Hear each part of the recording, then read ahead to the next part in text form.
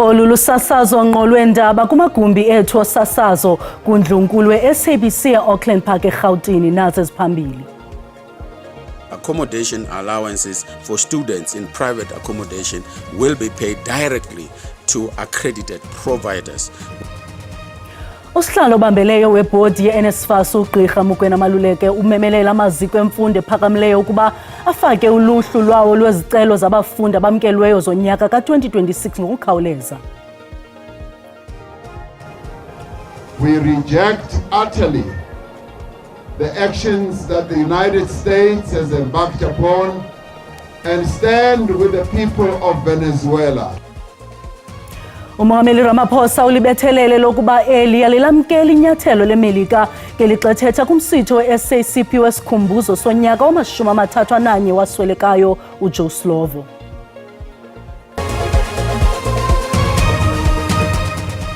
Molweni emakhaya, ngethemba linolwabele ixesha leziyunguma nenibathandayo nangena namathamsanqa yokozelayo ku-2026. Yamkelani nanguvimba wangokuhlwanje. I-Arhente yenkxaso-mali yabafundi kweli NSFAS iqinisekise ukuba ifumene izicelo ezisondele ku-900,000 enkxaso-mali kubafundi kwilizwe jikelele. Ukanti bangaphezulu kwa-700,000 abafundi abafake izicelo kokuqala ngqa kule Arhente logama bayi-49,000 izicelo zabo zikhatyiwe. Oku kuchazwe phambi kwentlanganiso ebisepitoli negqiza lonondaba.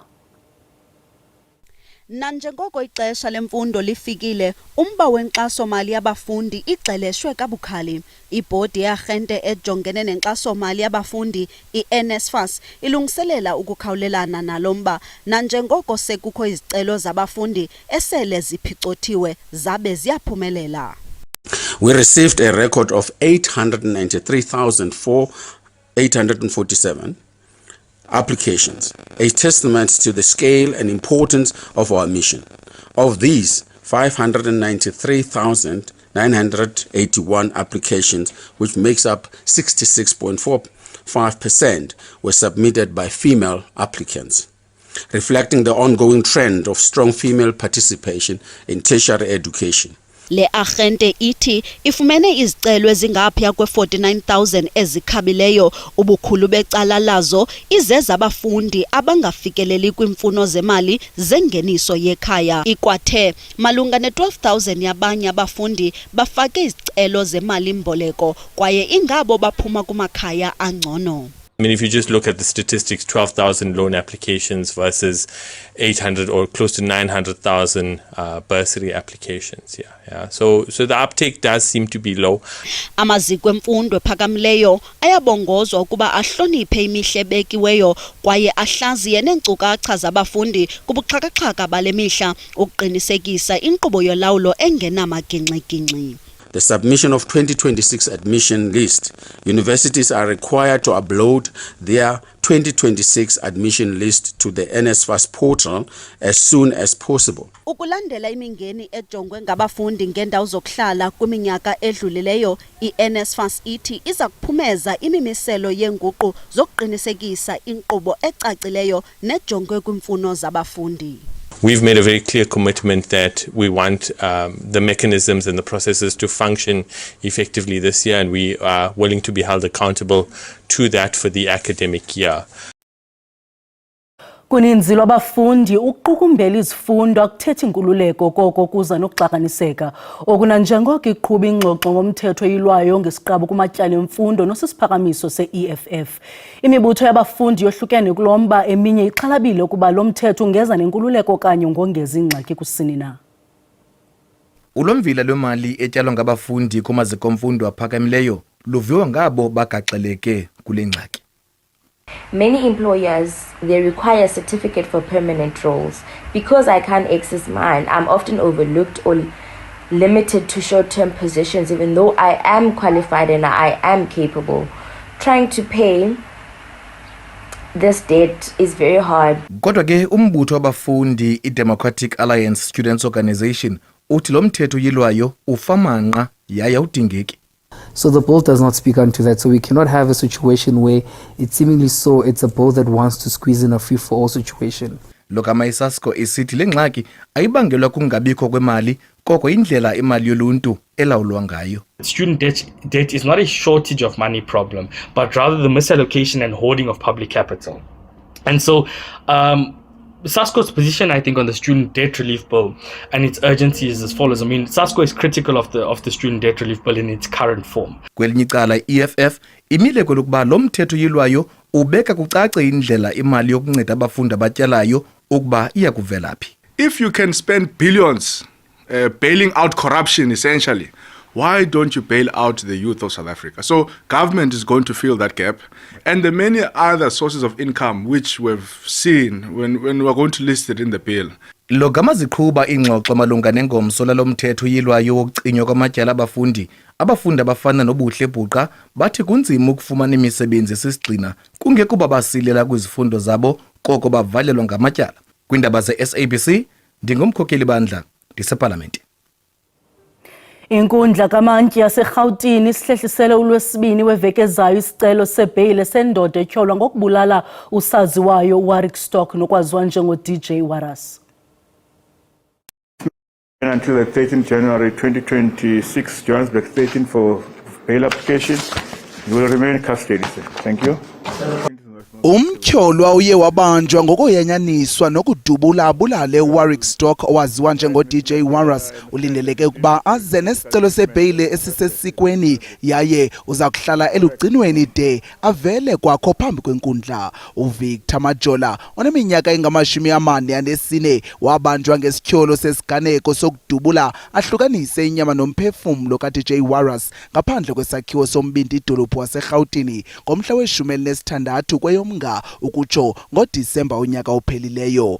Kambe ke ummeli kaMajola unqanisisile ukuba ammeleyo ufumene unyango emva kwengxelo etyhola ngokuba waxhatshazwa ngokwasenyameni ngabakwantsasana ngexesha lokubanjwa kwakhe.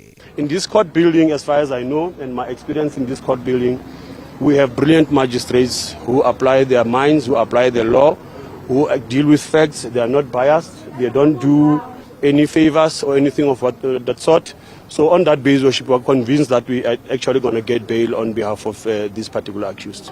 Kananjalo ngaphandle kwenkundla uzityande igila udade wabo uDJ Waras uNicole ephalaza imbilini yokumkhumbula kwabo ngothando lwakhe esithi inxeba lomvandedwa liya ngokugxixa nangakumbi xa kungoku. All expecting that call to say, are you home? You know, what's for lunch? What's happening? And him coming in with the whirlwind, kissing everybody, hugging everybody. So yes, we missed him. We all missed him. Boys as well. A lot. We feel it. It's real. It's now becoming more real. You know, so the void is real. And the only thing that can actually fill that void is prayer, is God. Ukanti ke usapho luka-DJ Waras lunethemba lokuba ubulungisa buza kugqibela kwesi sithwakumbe sokunqanyulwa kobomi bukaWarwick. Ndimlo Lilitha Ntsundwani kwindaba ze-SABC eRhawutini.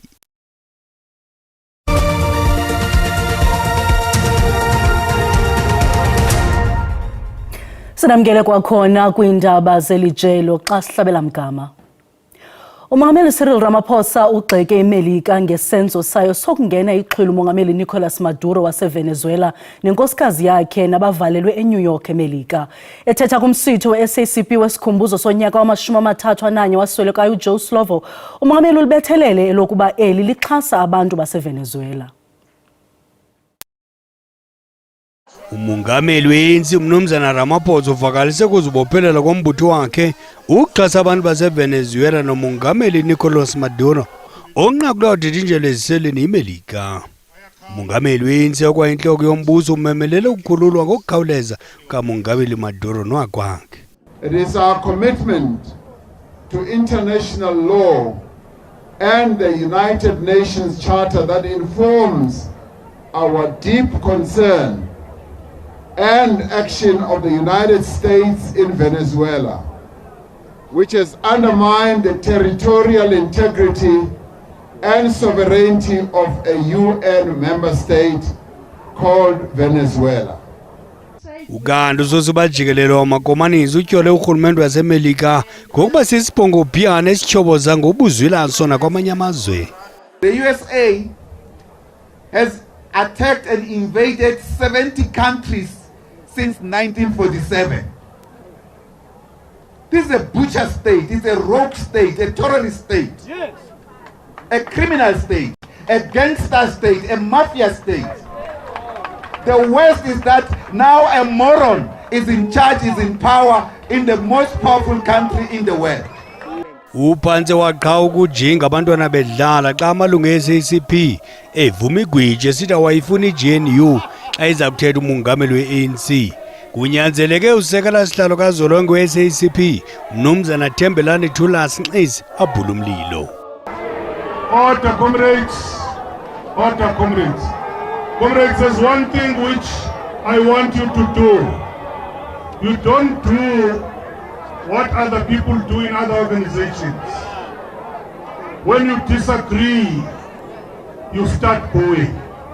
Ukanti umongameli Ramaphosa lumkise i-SACP ngenyathelo layo lokuzimela geqe kunyulo lorhulumente basekhaya ngelithi imeli ingagobela esandleni unxantathu aphulukane namandla olawulo. Baxhalabile abahlali kuba kwilali yasemanzi eXhorha eMpuma Koloni ngenxa yokwanda kolwaphulo-mthetho kule ngingqi. Uluntu luthi icandelo lamapolisa likhe latyalwa ukulwa ubukrelemnqa kule ndawo kwaye iziphumo bezincumisa. Kodwa kungoku nje ulwaphulo-mthetho oluthe gqolo bamemelela ungenelelo lukarhulumente phambi kokuba uninzi lube ngamaxhoba nangakumbi. Aba bahlali bafuna uncedo kuliwe nolwaphulo-mthetho kwindawo yabo. Batyhola ngelithi ukwebiwa kwemfuyo, ukuxhatshazwa ngokwesini nokudlwengulwa zezona zixhalabisa kakhulu izinto abajongene nazo. Bathi baye babhalela umphathiswa wokhuseleko loluntu uXolile Nqatha kodwa abakaphendulwa. Kule lali into eyenzekayo abantu abahlelanga kakuhle. Isizathu bayavingcelwa. Babelwa izinto zabo azibiwa ziyexuthwa. Uzuqonde kukho abantu abadutyulwayo esele bedutyulwe balixhoba kule ndawo. Ikhona iteam yakhe yaphaya yase Queenstown amapolisa akhuselayo. That's way back 2006 7 8 9 eyathi ke yawufika noko kwakhe kwehla ubundlobongela kuba kwakukhona neziqhuza abantwana abangabafanyanana namakhwenkwe aphatha axhoba ngemipho esingazange sayibona kweli lizwe. Sinalo ngxaki esicela sibongoza nomphathisi uba angabe uyasiva. Omnye wamaxhoba uthi wadutyulwa ngabafana ababini abebefuna umpu. Kanti undidubule ndivumlenze manje uye kancinci. Kanti undidubule umthetho wakhe apha phansi kwenkaba. Azophuma apha emlenzeni kwecala azophuma aphuma ngapha esibham sagwengula apha phansi kwenkaba imbathi basingangena straight esiswini sagwengula sangena apha emphakathini sazophuma kwenye icala. Isebe lokhuseleko loluntu lithi liza kuthatha amanyathelo. Isikhalazo sabantu basemanzi sifumana ingqwalasela emandla nanjengoko umphathiswa eceba ukuzisa amanye amaqhinga okusiphula neengcambu lwaphulo-mthetho. Abahlali banethemba lokuba baza kuphendulwa kungekudala ngalomba. NdinguNomzwanele Mngoma kwiindaba ze-SABC eMpuma Koloni. Iqukuqela lelindle kwizitalato zaseMakeleketla eWinburg eFreystata libacaphukisile abahlali bathi umgangatho wobomi babo uhle kakhulu njengoko ivumba elibi libavalele ngce ezindlini zabo. Abahlali bacela umasipala wengingqi yaseMasilonyana ukuba afumane isisombululo esisigxina kule nkcuba-kaxaka. Imeko yabahlali balengingqi ayinyamezeleki kwaphela njengoko kukho ivumba elibi eligubungele lo mmandla. Ngokutsho kwabahlali, kuchitheka kwelindle kuqale malunga nenyanga yomsintsi, uSeptemba walo nyaka uphelileyo. We are struggling with the sewage here in our location. There are two streets like Rotten Row and Riverside. Our kids can't play and in our houses, the houses are smelling bad. Imeko imbi kakhulu kwabanye abahlali apho kufuneka bajongane nelindle lingena ngaphakathi emakhayeni abo. Liqukuqela lingene ezindlini zabo lihamba namanzi emvula. Abahlali bathi iiholide zeKrismesi ezinemvula zezona bezimbi kakhulu. Ilindle liyangena ezindlini zethu ngakumbi xa kunetha. Kufuneka sisebenzise ibhakethi ukuze silikhuphele ngaphandle. Umasipala waseMasilonyana uthi uneqela lizama ukuphendula kwezikhalazo zokuchitheka kwelindle kwisithuba nje seyure ezisibhozo. Nangona kunjalo, uyavuma ukuba ubone imicelimngeni ekuphenduleni nasekuphumezeni lo msebenzi. The municipality has made plans. Some of those plans are being undertaken by various service providers as we speak. One which comes to mind is the upgrading of the outfall sewer network in Wynberg, where we trying to diversify and overcapacitate and increase the capacity of the outfall sewers so that it meets the required demand. Le dolophu incinci yaseWynberg ineminyaka ithwaxwa kukunqongophala kwamanzi kunye neziseko ezingekho semgangathweni. Amagosa ezendlela KwaZulu-Natal athi lehleli inani lobhubhane kwingozi zendlela kwixesha leziyunguma. Kubhaliswa abantu abangama-241 ababhubhe kwindlela zeliphondo kuzakuthi ga ngoku. Lo gama bengama-222 abatshaba kwixesha leziyunguma lonyaka ongaphambili. Umphathiswa wezothutho uSiboniso Duma ukhupha inkcukacha manani kwiphulo lovalo-ndlela eNew Hanover. Iziphathimandla zokuthutha KwaZulu-Natal ziqinise zokuphepha emgwaqeni njengengxenye yemizamo yokunqanda izingozi kanye nokwephulwa kwemithetho yomgwaqo ngesikhathi samaholide. Ngaphansi komkhankaso ekuthiwa Nenzani la ezweni, kukhishwe izaziso ezingaphezulu kwenkulungwane zokwephulwa kwemithetho yomgwaqo esifundazweni sonke. Iziphathimandla zithi lo mkhankaso wenzelwe ukukhuthaza abashayeli bezimoto kanye nemphakathi ukuthi bashintshe indlela abaziphatha ngayo emgwaqeni. Uhulumeni wesifundazwe uphakamise ukukhathazeka ngokuziphatha kwabashayeli ethi iningi lezingozi zidalwa isivinini esiphezulu kanye nokudlula imigqa yezivimbelo. KwaZulu-Natal wonke umuntu unesasasa uthe nje bakwehlisa izingozi wonke umuntu uyafisa ukuthi abe ingxenye yalo campaign cishe bawubona naseinkundleni zokuxhumana wonke umuntu nje ungangeni emotweni unophuzo oludakayo ama-RTI akugadile. Siyafisa ukubonga yonke i-team ekade ilida iprocess yaka-RTI yenza nje ukuthi KwaZulu-Natal emgwaqweni kube kahle. uDuma uthi solokhu kwaqala izivimba mgwaqo zamaholide abashayeli abangaphezulu kwezinkulungwane ezimbili ababoshiwe ngokwephula imithetho yemgwaqo. Iningi labo akade beshayela bedle amanzi amponjwana. Inenkinga kizolo ukhona umshayeli ke ngaphakathi emotweni obeshayela imoto bekade namalambu amhlophe. Akuvumelekile ke ukuthi la malambu ngoba agcina begijimisa kabuhlungu abantu. Ubephethe nanezibhamu. Esinye sezibhamu singenawo amaphepha. uDuma uthi amaphoyisa asazoqhubeka nokuqinisekisa ukuphepha emgwaqeni njengoba kuzovulwa izikole ngesonto elizayo. Nginonhlakanipho Magwaza ezindabeni ze-SABC eMshwathi. Ngalondlela siuqonqothela uvimba wangokuhlwanje sinikhumbuze zangomso ziza noxa bethu ngesizulu. Kamnandi mawethu.